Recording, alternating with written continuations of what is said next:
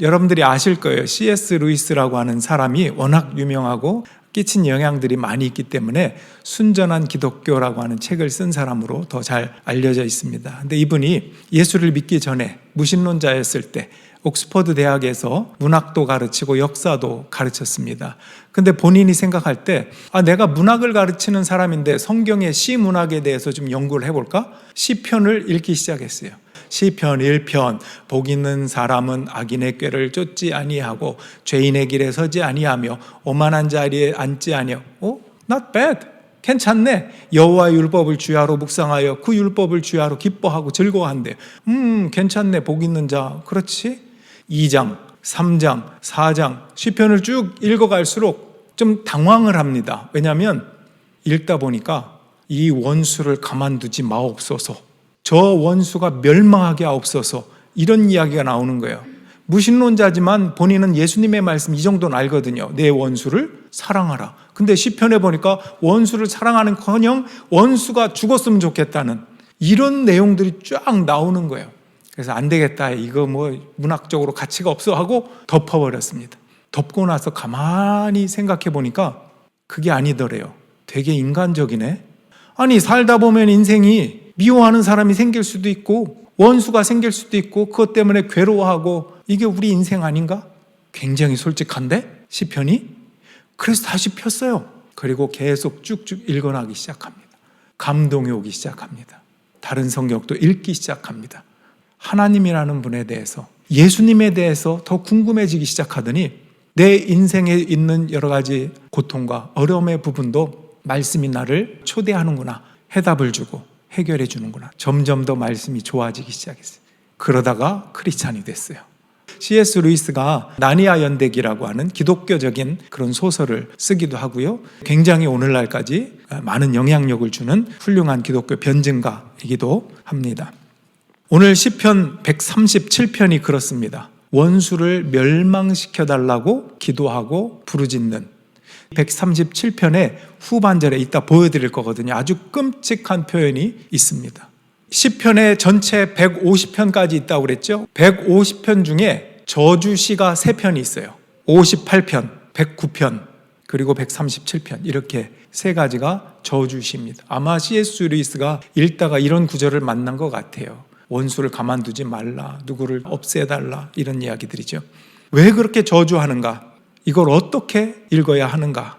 오늘 본문이 어떤 배경 속에 있는가를 조금 살펴보면 좀 이해가 될 만도 할 것 같습니다. 배경을 좀 말씀드리면, 이 시편 137편은 유다 백성들이 바벨론이라고 하는 나라에 멸망당해서 포로로 끌려갔을 때 이야기입니다.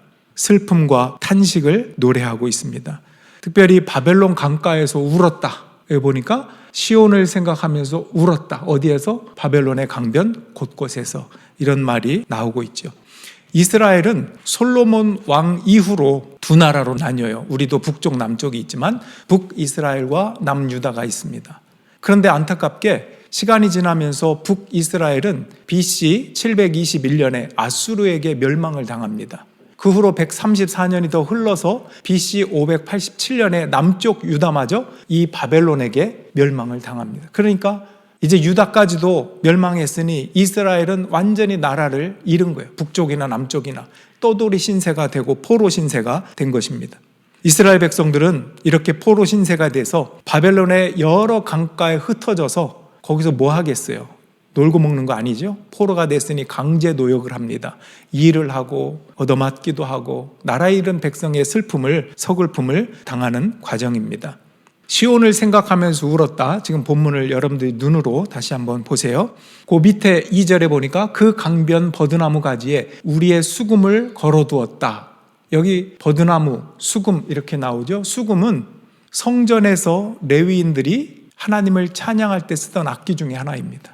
그리고 버드나무 가지가 나오는데, 여러분 버드나무 하면 어떤 생각이 납니까? 저는 시골에서 자라서 옛날에 버드나무 그 가지 잘라갖고 호뚝이라고 피리 같은 거를 만들어갖고 뚝뚝뚝뚝 불고 다니고 그런 기억이 있습니다. 근데 여기서 버드나무는요, 실제로 버드나무 잎들이 축 처져서 바람이 불면 잎끼리 부딪히면서 슬픈 소리를 낸다고 그래요. 특별히 버드나무 가지에 수금을 걸어놨다. 걸어놨다는 말이 매달렸다라고 하는 그런 단어를 쓰고 있습니다. 사람이 처형당할 때 관련되는 표현이에요. 매달렸다, 걸렸다. 이렇게 수금이 마치 처형당한 죄수처럼 나뭇가지에 걸려있는 느낌으로 이 시인이 이 시를 쓰고 있는 것입니다. 슬픈 버드나무 위에 처형당한 수금, 이렇게 생각해 보세요. 마치 바벨론에 끌려온 이스라엘 백성들의 모습을 투영한 모습, 이렇게 시를 읊조리고 있는 것입니다. 또 3절에 보니까 우리를 사로잡아온 자들이, 거기에서 우리에게 노래를 청하고 우리를 짓밟아온 자들이 저희들 흥을 돋구어 주기를 요구하며 시온의 노래 한 가락을 저희들을 위해 불러보라고 하는구나.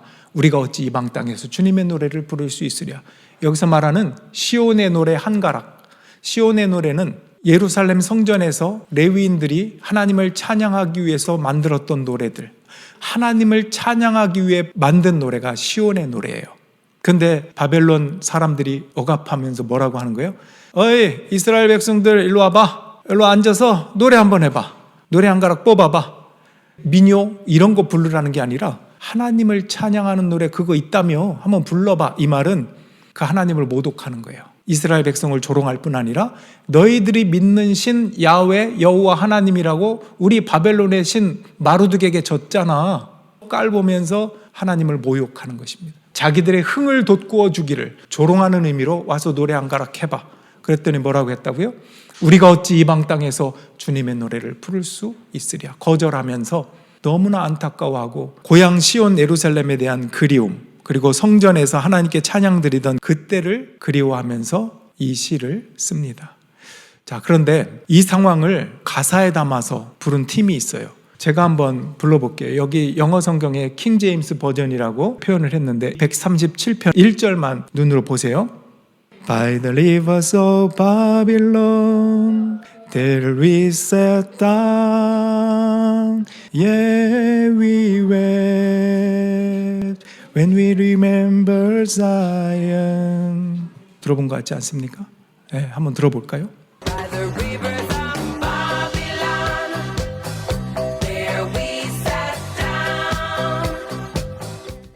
보니엠의 노래였습니다. 사실 저 어렸을 때 이 노래를 들을 때는 신나는 노래인 줄 알았어요. 근데 가사를 보니까 전혀 그런 게 아니었어요. 너무나 슬프고 고통스러운 그런 노래였던 것을 알게 되었습니다. 아까 브릿지 중에 시편 19편의 가사라고 했는데 나의 입술의 말과 마음의 묵상이 주께 연락되길 원한다. 오늘 밤 이런 가사가 표현되어 있었습니다. 그래서 이 노래는 시편 137편과 시편 19편이 같이 있는 그런 가사였습니다. 여러분, 오늘날 우리도 영적인 고향 시온을 잃지 말아야 돼요. 우리가 신앙이 흔들리고 외롭고 힘들 때 내가 뭐 때문에 살고 있지? 이런 생각이 들고 마음이 아플 때 여러분 주님을 기억하십시오. 우리의 본향은 하나님께 있습니다. 여러분, 이제 내일부터 한국은 추석이에요. 저도 처음에 여기 왔을 때 우리 지난주에 그 창립 기념주일 예배를 드렸잖아요. 9월 9일이었는데 그때가 9월 30일인가가 추석이었던 기억이 납니다. 그래서 예배를 끝나고 집에 돌아가서 부모님께 전화도 드리고 혼자 앉아서 추석역 그리움이라고 하는 시를 혼자 학개짝 쓰면서 고향을 그리워했던 그런 기억이 있습니다. 여러분들은 여기에 온 시간들은 서로 다르지만 앉아서 기도할 때 때로는 마음이 울컥하면서 고향이 그리워서 부모님 생각도 나고 형제 생각도 나고 친구 생각도 나고 그러면서 이곳에서 내가 지금 뭐 하고 있는 건가 싶을 때도 있어서 눈물도 울컥 나기도 하고 그렇지 않습니까? 물론 바벨론 강가에 앉아서 울고 있는 저들에 비하면 아무것도 아니겠지만 우리의 삶이라는 게 그런 고통과 그리움과 힘듦의 순간들이 있습니다. 그럴 때마다 우리는 늘 내 첫사랑, 하나님에 대한 그분의 사랑과 그분이 나에게 은혜 주셨던 그 본향, 고향, 이것을 기억해야 한다는 것입니다. 하나님이 함께 하시고 힘을 주실 것입니다. 힘을 내십시오. 오늘 여는 찬양에도 폭풍 속을 걷고 있을 때, 비바람을 마주해야 할 때, 불빛조차 보이지 않아도 그대 혼자 걷지 않을 거예요. 이런 가사가 있었어요. 주님이 함께 그 길을 걸어가신다. 우리는 이런 은혜 가운데 혹시 분노나 인간적인 그 억울함과 아픔, 복수심 이런 것들까지도 하나님께 맡길 수 있다면 참 좋겠습니다. 쉽진 않아요. 쉽진 않습니다. 그러나 이 고향과 같은 그리움, 하나님의 사랑, 그 은혜를 기억하고 회복할 때는 내가 가졌던 복소심과 아픔과 상처들까지도 그분 앞에 내려놓기를 요구받을 때가 있을 것입니다. 우리 그 다음 구절에 후반절에 아주 끔찍한 내용들이 나온다고 했는데 제가 한번 읽어볼게요. 멸망할 바벨론 도성아, 내가 우리에게 입힌 해를 그대로 너에게 되갚는 사람에게 복이 있을 것이다. 내 어린 아이들을 바위에다 메어치는 사람에게 복이 있을 것이다. 여러분, 여기서 아멘 할 수 있는 사람이 아무도 없어요. 우리는 보통 습관적으로 성경을 읽으면 끝에 아멘 하잖아요. 이건 습관적으로 되지가 않아요. 이렇게 끔찍한 말씀입니다. 그런데 사실 이스라엘 백성은 곰곰이 생각해 보면 저런 일을 당한 거예요. 바벨론에게 함락되고 그 왕 시드기야 왕 유다 왕은 두 눈이 뽑혀서 쇠사슬에 몸이 묶여서 바벨론으로 끌려갔거든요. 백성들도 죽었고 또 대부분의 훌륭하다고 하는 사람들은 포로로 끌려갔습니다. 바벨론으로. 그때 끌려간 사람들이 누구예요? 3번에 걸쳐서 끌려가거든요. 첫 번째 다니엘, 두 번째 에스겔 선지자가 끌려갑니다. 그 그룹들이. 세 번째는 지금 완전히 멸망해서 왕도 끌려가고 백성들 끌려가고 어린아이들 다 죽고 그런 지경이에요. 그래서 사실은 내 어린아이들을 바위에다 메어치는 사람에게 복이 있을 것이다 라고 하는 것은 그렇게 당했기 때문에 당한 만큼 되갚아 주십시오 라고 하는 호소입니다. 원수를 갚아달라, 그런 뜻이죠. 여러분, 시인의 분노와 증오 이런 것들을 느낄 수 있습니까? 이것이 마치 아까 C.S. 루이스가 말한 것처럼 인간적인 거 아닌가? 당연히 밉고 당연히 저주할 수 있는 거 아닌가? 이렇게 공감이 되기도 합니다. 그러나 아무리 그래도 이 단어 자체가 성경에 있다니 이렇게 생각하는 분들이 있을지도 모르겠어요. 우리 로마서 12장 19절 21절을 그런 의미에서 한번 보여드리겠습니다. 사랑하는 여러분, 여러분은 스스로 원수를 갚지 말고 그 일은 하나님의 진노하심에 맡기십시오. 성경에도 기록하기를 원수 갚는 것은 내가 할 일이니 내가 갚겠다고 주님께서 말씀하신다 하였습니다. 악에게 지지 말고 선으로 악을 이기십시오. 아멘. 이 말씀에는 아멘이 나오긴 하네요. 악을 악으로 갚지 말고 선으로 악을 이겨라. 이게 쉽나요? 쉽지 않을 거예요. 내 대적자들은, 내 원수는 오히려 내가 베푼 선을 악으로 갚거든요. 그런 상황에서 날 보고 악을 악으로 갚는 게 뭐 문제야? 근데 악을 선으로 갚으래요. 이건 아버지 하나님의 마음이 있어요. 우리를 향해서 그 악한 자를 대적하고 신경 쓰고 스트레스 받고 거기에 평생 묶여서 슬퍼하고 있는 사랑하는 딸아, 사랑하는 아들아, 이제 그 악인을 놔둬라. 평생 동안 그 악인과 묶여서 가지 말아라. 선으로 악을 이겨라. 악을 이긴다고 하는 것이 네가 더 악한 악으로 악을 대적해서 이기려고 하지 말고 끊어버려라. 내가 진노로 그를 복수하든지 내가 할게. 그 말씀이 이거예요. 원수 갚는 것은 내가 할 일이니 내가 갚겠다. 주님께서 하신 말씀. 내가 알아서 네 원수를 어떻게 처리하든지 할게. 너는 거기에 묶여있지 마. 너는 내 딸이야. 너는 내 아들이야. 왜 거기에 묶여서 신음하고 평생을 그렇게 사니? 너는 내 안에 거하면서 기뻐하고 찬양하고 선을 위해서 선을 따라 살아라. 이게 하나님 아버지의 마음이다 라는 그런 마음으로 이 말씀을 주시는 거예요. 악에게 지지 말고 선으로 악을 이기십시오. 너희는 똑같은 사람이 되지 말아라. 고통의 체인, 그 악에 묶인 삶을 이제는 털어내고 악을 행하는 자들과 함께 가지 말아라. 왜 그렇게 함께 가냐? 평생. 원수는 내가 갚을 테니까 선을 따라 하나님 안에서 사는 백성이 되어라. 여러분, 실제 역사 속에서 보면 BC 538년에 바벨론은 멸망합니다. 누구에 의해서?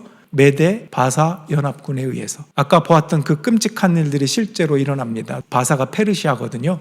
페르시아가 나중엔 패권을 또 잡죠. 페르시아 이후엔 그리스 이후엔 로마 이렇게 돼요. 역사 속에서 우리가 세계사에서 배우듯이 이 바벨론을 금방 무너뜨린 게 페르시아예요. 바벨론은 완전히 지구상에서 멸망해버립니다. 그런데 성경에는 이 바벨론이라는 이름이 상징적으로 등장해요. 요한계시록 같은 데에도 하나님을 떠나서 세상 인간의 욕망대로 살아가는 그 상징적인 나라를 바벨론이라고 말해요. 성경에 보면 너 바벨론 음녀야 이렇게 표현도 하고요.